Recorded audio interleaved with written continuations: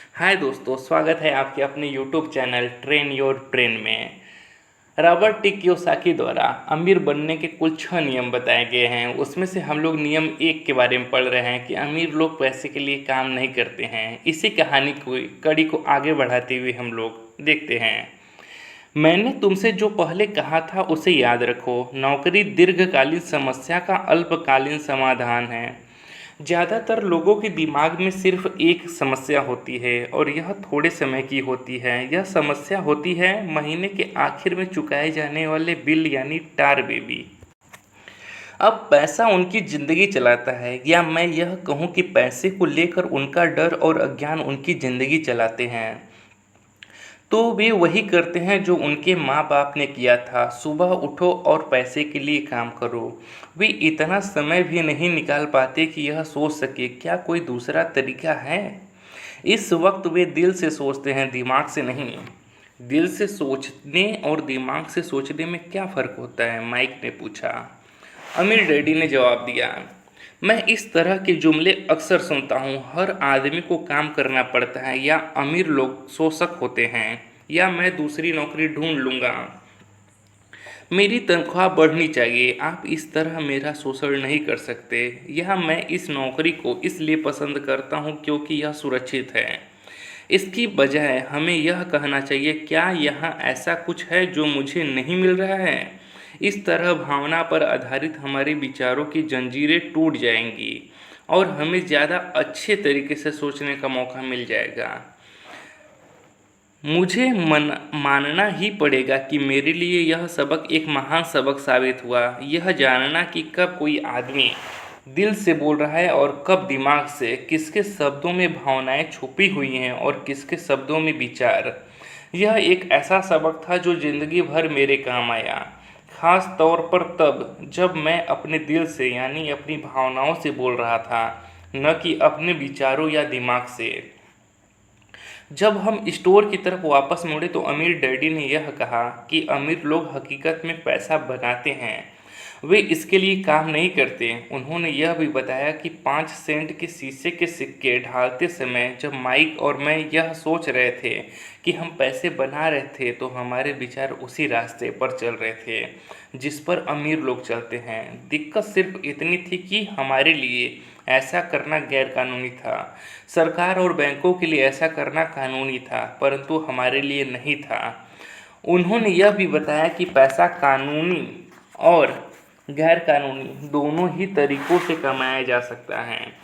अमीर डैडी ने बाद में हमें यह समझाया कि अमीर लोग जानते हैं कि धन एक भ्रम है जो हकीकत में गधे के सामने लटकी गाजर की तरह होता है। धन के भ्रम के कारण जो डर और लालच पैदा होता है, उसकी वजह से ही अरबों खरबों लोग यह सोचते रहते हैं कि धन असली चीज़ है। धन दरअसल एक माया जाल है। जनता के अज्ञान और भरोसे के भ्रम की वजह से ही ताश के पत्तों का यह महल खड़ा रह पाता है। सच कहा जाए तो गधे की गाजर धन से ज़्यादा कीमती है, उन्होंने कहा। उन्होंने अमेरिका की गोल्ड स्टैंडर्ड्स के बारे में भी बात की और यह बताया कि हर डॉलर का नोट असल में चांदी का प्रमाण पत्र है। उन्हें इस अफवाह से चिंता हो रही थी कि किसी दिन हम लोग गोल्ड स्टैंडर्ड को छोड़ देंगे और हमारे डॉलर चांदी के प्रमाण पत्र नहीं रहेंगे। जब ऐसा होगा बच्चों, तो कयामत आ जाएगी। गरीब, मध्यम वर्गीय और नासमझ लोगों की ज़िंदगी सिर्फ इसलिए बर्बाद हो जाएगी क्योंकि वे यह भरोसा करते रहेंगे कि धन ही असली चीज़ है और वे जिस कंपनी के लिए काम करते हैं वह कंपनी या सरकार उनका ध्यान रखेगी। उनकी बातें उस दिन हमारी समझ में नहीं आ रही थी, परंतु सालों बाद जाकर मुझे यह समझ में आया कि यह बड़े पते की बात थी। जब वे अपने पिकअप ट्रक में चढ़े तो उन्होंने कहा, काम करते रहो बच्चों, पर जितनी जल्दी तुम तनख्वाह की ज़रूरत को भूल जाओगे, तुम्हारी आगे की ज़िंदगी उतनी ही आसान हो जाएगी। अपने दिमाग का इस्तेमाल करो, मुफ्त में काम करो और जल्द ही तुम्हारा दिमाग तुम्हें पैसे कमाने के दूसरे तरीके बता देगा। उन तरीकों से तुम इस नौकरी से ज़्यादा कमा लोगे। तुम ऐसी चीज़ देख पाओगे जो तुम्हारे लोग कभी नहीं देख पाते हैं। मौके उनकी नाक के नीचे होते हैं, फिर भी ज़्यादातर लोग इन मौक़ों को कभी नहीं देख पाते हैं। इसका कारण यह है कि वे पैसे और सुरक्षा ढूंढते रहते हैं इसलिए उन्हें यही मिलते हैं। जिस वक्त तुम एक मौका भांपने में कामयाब हो जाओगे, उसके बाद तुम जिंदगी भर मौका भांप सकते हो। जिस वक्त तुम ऐसा कर लोगे, मैं तुम लोगों को कुछ और बातें सिखाऊंगा। इस बात को ध्यान से समझ लो ताकि तुम जिंदगी के सबसे बड़े जाल से बच सको। वह टार बेबी तुम्हें कभी नहीं छू पाएगी। माइक और मैंने स्टोर से अपनी चीज़ें उठाई और मिसेज मार्टिन से गुड बाय कहा। हम वापस पार्क गए, उसी पिकनिक बेंच पर बैठे और वहाँ घंटों तक सोचते रहे और बातें करते रहे। हमने अगला हफ्ता स्कूल में इसी बारे में सोचते और बातें करते हुए बिताया। 2 सप्ताह तक हम लोग सोचते रहे, बातें करते रहे और मुफ्त में काम करते रहे। दूसरे शनिवार के आखिर में मैं मिसेज मार्टिन से दोबारा गुड बाय कर रहा था और कॉमिक बुक स्टैंड को ललचाई नज़र से देख रहा था। हर शनिवार 30 सेंट न मिलने में सबसे दुखद बात यह थी कि मेरे पास कॉमिक्स खरीदने के लिए बिल्कुल भी पैसे नहीं होते थे। अचानक जब मिसेज मार्टिन मुझे और माइक को गुड बाय कह रही थी, मैंने उन्हें एक ऐसा काम करते देखा जो इसके पहले कभी नहीं देखा था। मेरा मतलब है, मैंने इसके पहले उन्हें ऐसा करते देखा तो था, पर उस पर ध्यान नहीं दिया था। मिसेज मार्टिन ने कॉमिक्स के पहले पेज को आधा काटा और उसे संभाल कर अपने पास रख लिया। बाकी की पुस्तक को उन्होंने एक बड़े से भूरे कार्डबोर्ड के डब्बे में डाल दिया। जब मैंने उनसे पूछा कि वे इन कॉमिक्स का क्या करती हैं, तो उन्होंने कहा, मैं उन्हें फेंक देती हूँ। जब वह नई कॉमिक्स लाता है तो मैं ऊपर के आधे कवर को क्रेडिट के लिए कॉमिक बुक डिस्ट्रीब्यूटर को दे देती हूँ। वह 1 घंटे में आने ही वाला है। माइक और मैंने 1 घंटे तक इंतज़ार किया। जल्द ही वह डिस्ट्रीब्यूटर आया और मैंने उससे पूछा, क्या हमें कॉमिक्स मिल सकती है? इस पर उसने जवाब दिया, आपको मिल सकती है अगर आप इस स्टोर में काम करते हैं और अगर आप यह वादा करें कि आप इन्हें दोबारा नहीं बेचेंगे। हमारी पार्टनरशिप एक बार फिर कायम हो गई थी। माइक की मम्मी ने बेसमेंट में हमें एक खाली कमरा दे दिया जो उनके किसी काम नहीं आता था। हमने उसकी सफाई करके उसमें सैकड़ों कॉमिक्स जमा कर ली। जल्द ही हमारी कॉमिक्स लाइब्रेरी लोगों के लिए खोल दी गई। माइक की छोटी बहन को पढ़ने का बहुत शौक था, इसलिए हमने उसे अपना लाइब्रेरियन बना दिया। लाइब्रेरी में आने और कॉमिक्स पढ़ने के लिए वह हर बच्चे से 10 सेंट लेती थी। स्कूल खत्म होने के बाद हर दोपहर 2:30 से 4:30 बजे तक लाइब्रेरी खुलती थी। पड़ोस के बहुत से बच्चे इसके ग्राहक बन गए थे और वे जितनी कॉमिक्स पढ़ना चाहते थे 2 घंटे में पढ़ सकते थे। यह उनके लिए बहुत बढ़िया सौदा था, क्योंकि यह कॉमिक्स की कीमत 10 सेंट होती थी और 2 घंटे में वे 5 या 6 कॉमिक्स पढ़ लेते थे।